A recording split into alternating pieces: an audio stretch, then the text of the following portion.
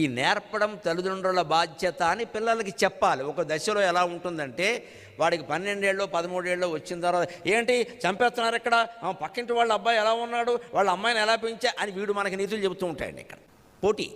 అప్పుడు వాడికి చెప్పవలసిన మాట ఏమిటో పక్కి అప్పల నరసింహం గారు పద్యంలో చెబుతున్నాడు. నాయన నీకెందుకు నేను హితబోధ చేస్తున్నాను, తండ్రినై ఉండి తల్లినై ఉండి అంటే, తనయుడు చెడుగయ్యుండిన జనకుడు తప్పనెడు మాట సత్యము ఎరుగు.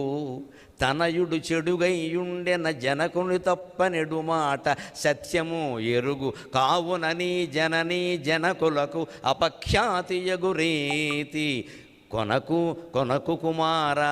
కావునని జననీ జనకులకును అపఖ్యాతియగు రీతి కొనకు కుమారా. ఒరే అబ్బాయి, నీకు 12 ఏళ్ళురా, 13 ఏళ్ళురా, 16 ఏళ్ళురా, నేను నీకు ఎందుకు చెబుతున్నానంటే, తనయుడు చెడుగయ్యుండిన జనకుని తప్పన్న మాట సత్యము ఎరుగు.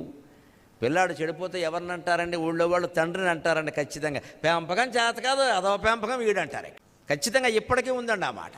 అదే 30 ఏళ్ళలో 40 ఏళ్ళలో వచ్చాక చెడిపోతే అప్పుడేమంటారు? ఏం చేస్తారమ్మా, ఇంకా 30 ఏళ్ళు వచ్చినా కాపలా కాస్తూ కూర్చుంటారా? పిల్లలకి అన్నాం కానీ వాళ్ళ తలరాతనకి అన్నామా, అప్పుడు వేరే సామెత. కానీ 16-18 ఏళ్ల లోపు ఏముంటుందంటే, ఖచ్చితంగా మగపిల్లాడు చెడిపోతే తండ్రి బాధ్యత అంటారు, ఆడపిల్ల చెడిపోతే తల్లి బాధ్యత. ప్రయేణ గృహిణీ నేత్ర కన్యార్థేషు కుటుంబినక. ఆడపిల్లల మనస్తత్వం తల్లికి తెలిసినట్టుగా తండ్రికి తెలిసే అవకాశం లేదు. తండ్రి దగ్గర వీళ్ళు చేరి 16 ఏళ్ళ అమ్మాయి డాడీ డాడీ డాడీ అనగానే ఈయన 10,000 ఇచ్చేస్తాడు. ఈయన ఆ 10,000 ఎక్కడికి వెళ్ళిపోతాయి అందరికీ తెలుసు. అదే తల్లి అయితే అడగగానే ఇచ్చేస్తారేంటి, చూసుకోద్దా అంటుంది. ఎందుకంటే ఆడపిల్ల, ఆవిడ ఆడది తెలుసు. ఎందుకు దానికి 16 ఏళ్ళ దానికి 10,000 తినకండి. నిన్నగాక మొన్న పత్రికల్లో మీరు చూసుంటారమ్మా, 16 లక్షలు వెళ్ళిపోయినాయి ఇంటర్మీడియట్ ఫస్ట్ ఇయర్ అమ్మాయి అకౌంట్ నుంచి. ఎందుకంటే తండ్రి గారు బ్యాంక్ ఖాతా ఇచ్చేసాడు, ఆయనకి ఫోన్ ఇచ్చాడు. ఫోన్ అడిగింది, తన ఫోన్ ఇచ్చాట. ఆ ఫోన్లో ఆయన పేటీఎం ఫోన్పే ఉంది, అందులో ఉన్నాయి, శుభ్రంగా వాడేసింది. అటువంటి ఫోన్ పిల్లలకి ఇచ్చుకుంటారా?